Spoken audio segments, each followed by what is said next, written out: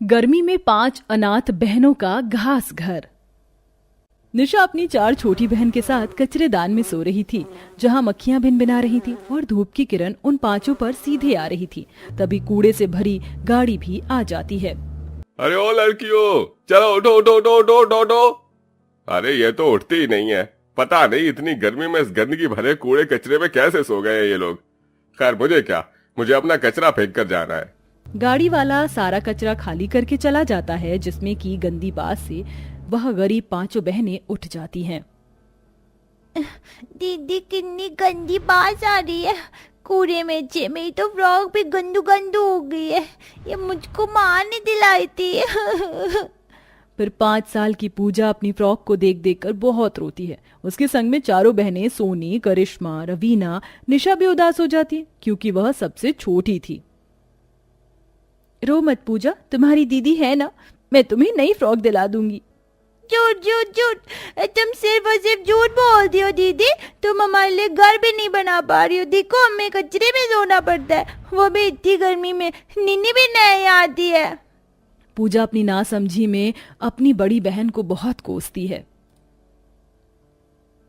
पूजा, ऐसा नहीं कहते, ये हमारी बड़ी दीदी हैं। हम काम के लिए जा रहे हैं, अपना ख्याल रखना।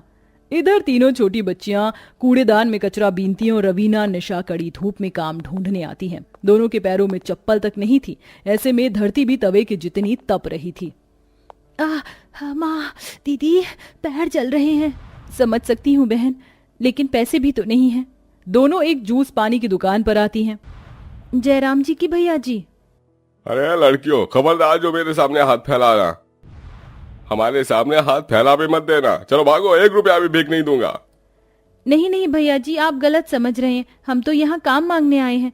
हम दोनों पर हमारी 3 छोटी अनाथ बहनों की जिम्मेदारी है। चोर जैसी तो शक्ल है दोनों की। चलो भागो यहाँ से। दुकानदार दोनों अनाथ बहनों के बिगड़े हुलिया को देखकर डांट कर भगा देता है। बाकी सब लोग भी ऐसा ही करते हैं। माँ बाप के जिंदा रहते बच्चे हर बुरे से बुरे दुख में भी हंसते हुए हद से गुजर जाते हैं, लेकिन जब सर से माँ बाप का साया उठ जाए तो अपने भी बेगाने हो जाते हैं। आज भी हमको किसी ने काम नहीं दिया। माँ बाबा, ये दुनिया बहुत निर्दयी है। फिर किसके सहारे छोड़ गए हमको। रो मत निशा दीदी, अगर तुम ही हिम्मत हार जाओगी तो हम चारों को कौन संभालेगा। दोनों अनाथ बहनें सिग्नल पर आकर कड़ी धूप में भीख मांगने लग जाती हैं। बाबूजी, भगवान के नाम पर 1 रुपए दे दो, हमारी बहनें भूखी हैं। उस बड़ी सी मर्सिडीज गाड़ी में एसी में बैठा पत्थर दिल अमीर आदमी उन बहनों की पुकार को अनसुना कर देता है। अरे लड़कियों, हट जाओ, मेरी गाड़ी के आगे से हटो। ड्राइवर, गाड़ी भगाओ। साहब, 1-2 रुपए ही दे दो, भगवान तुम्हारा घर आबाद रखे। गाड़ी फुल स्पीड में चल पड़ती है और रवीना कंकड़ भरे सड़क पर गिरकर जख्मी हो जाती है और रोते हुए कहती है, याद है दीदी, इस शहर में हम अपनी माँ के साथ न जाने एक नई जिंदगी शुरू करने की कितनी उम्मीद लेकर आए थे। हाँ बहन, मैं कैसे भूल सकती हूँ उस नौबत को। अजी उठ जाओ, मुझे और मत सताओ। उठो ना, उठते क्यों नहीं हो। लगता है इसे पति के जाने का गम लग गया है। बड़ा जुल्म किया है ऊपर वाले ने। पता नहीं अकेले 5-5 बेटियों को कैसे पालेगी। सविता के सामने उसके पति धर्मेंद्र की लाश पड़ी थी। वह बस सुध-बुध होकर रोती जा रही थी। उसके संग में उसकी 5 बच्चियां भी बाबा बाबा कहकर रो बलक रही थीं। तभी सविता अपनी कलाई की चूड़ियां पटक कर तोड़ लेती है और अंतिम संस्कार कर देती है। अब मेरी बच्चियों की जिम्मेदारी मुझ पर है। ना तो मैं पढ़ी लिखी हूँ, ना मुझ में कोई हुनर है। मैं कैसे पालूंगी? भगवान कोई तो रास्ता दिखा। तभी सविता का ध्यान अपने आंगन में उगे हरी घास पर जाता है। मुझे हाथ पंखा, चटाई, झाड़ू बनाना तो आता ही है। क्यों ना इस घास से मैं ये सब बनाकर बेचूं। सविता के संग में उसकी 5 बेटी भी झाड़ू पंखे बनाती हैं, लेकिन सबके घर में कूलर पंखा लग जाने से कोई भी घास के सामान पर एक नजर भी नहीं मारता। वो सब चिलचिलाती गर्मी में बाजार में बैठी बैठी रहती हैं। कई दिनों भूखे रहने के बाद सविता अपनी 5 बेटियों का साथ लेकर गांव से शहर आ जाती है। अब हम यहीं कमाएंगे, खाएंगे। बच्चियों, पर मुझे पहले काम धाम ढूंढना होगा। निशा, अपनी 4 बहनों का ध्यान रखना। सविता धूप गर्मी में कई दिन के भूखे हालात में काम ढूंढने जाती है, जहां आती जाती गाड़ियों के बीच में वह चक्कर खाकर गिर जाती है और उसको एक गाड़ी मारकर चली जाती है। अगले 2 दिन तक उसकी लाश लावारिस की तरह पड़ी रहती है। निशा 2 दिन बाद भी गर्मी, धूप और लू में अपनी बहनों के साथ उसी जगह में बैठी होती है जहां सविता उन्हें छोड़ गई थी। दीदी, माँ कहाँ है? बोलो ना। दीदी, मुझको माँ के पास जाना है, लेकर चलो ना। निशा दीदी, मेरा दिल घबरा रहा है। माँ को गए 2 दिन हो गए हैं, हमें चलकर उनको ढूंढना चाहिए। ठीक है, चलो चलते हैं। दीदी देखो ना, वहाँ पर इतनी भीड़ क्यों लगी है? चलो देखते हैं करिश्मा। जैसे ही 5 अनाथ बहनें अपनी माँ की लाश को देखती हैं तो बहुत रोती हैं, जहाँ एक झाड़ू वाला कुछ इस तरह की बातें कर रहा था। अरे पता नहीं किसकी लावारिस लाश है, थोड़ी देर में कचरे की गाड़ी आएगी और ले जाएगी उठाकर। मैं किसी को अपनी माँ को ले जाने नहीं दूंगी, ये हमारी माँ है।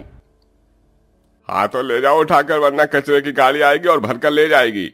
चारों अनाथ बहनें उस दम निकालने वाली धूप में उसकी अर्थी कंधे पर उठाती हैं और पूजा मट के लिए आगे आगे धूप में चलकर शमशान घाट लाकर अंतिम संस्कार कर देती हैं।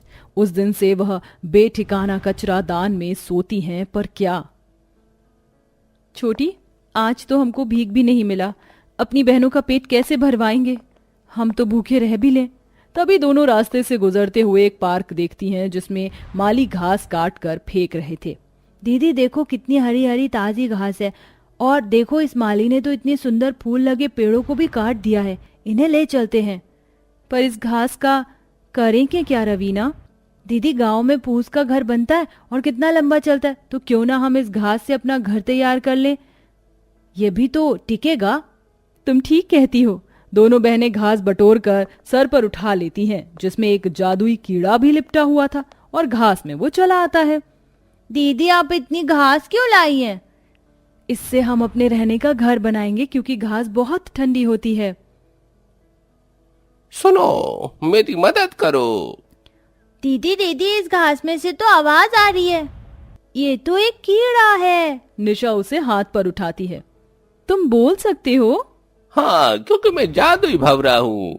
मैं तो फूलों का रस पीने के लिए उसे पार्क में पहुँच गया था, तभी उन माली ने पेड़ काट दिया और मैं जख्मी हो गया। रुको, मैं तुम्हें ठीक करती हूँ। निशा उसे एक पत्ते पर रख देती है और चारों रस भरे फूल लाकर देती है। तुम सबका धन्यवाद। मैं मीठा रस पीकर मेरी शक्ति पूरी तरह लौट आई है। कहो, क्या मदद कर सकता हूँ मैं तुम्हारी? हमारे पास रहने को घर नहीं, क्या तुम बना सकते हो? क्यों नहीं, क्यों नहीं।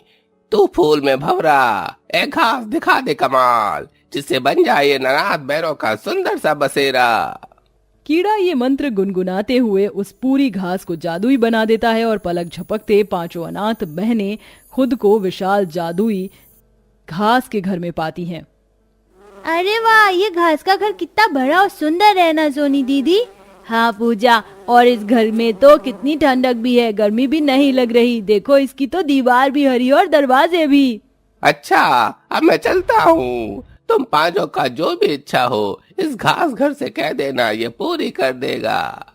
ये कहकर वह कीड़ा गायब हो जाता है। क्या सचमुच हम इस जादुई घास के घर से जो मांगेंगे वो ये देगा? तो फिर मैं मांगती हूँ कि हमारे सामने अच्छा अच्छा खाना आ जाए। और घास का जादुई घर अपने जादू से उन्हें लजीज बढ़िया खाने की थालियां देता है। ये तो सच में जादुई घास का घर है। दीदी चलो खाते हैं। कई दिन तक भूखे प्यासे गर्मी में भटकने के बाद वह उस दिन पेट भर कर खाती हैं। अब तो मेरा मन ठंडी ठंडी आइसक्रीम खाने का कर रहा है। प्यारे घास के घर, क्या तुम हमको आइसक्रीम खिलाओगे? और चमचमाते हुए आइसक्रीम भी आ जाती है। ये तो कमाल हो गया। प्यारे जादुई घास के घर, मुझे नए कपड़े दो ना, मेरे पास एक भी अच्छे कपड़े नहीं है। और सोनी की इच्छा पर जादुई घास का रंग बिरंगे सूती के सुंदर सुंदर कपड़ों की बरसात कर देता है। बारी बारी से अपने अपने मनपसंद की खाने पीने की चीज वो मांगती हैं और फर्नीचर भी, जिससे उनका घर और भी ज्यादा सुंदर हो जाता है। और अब 5 बहनें खुशी खुशी जिंदगी गुजारने लगती हैं।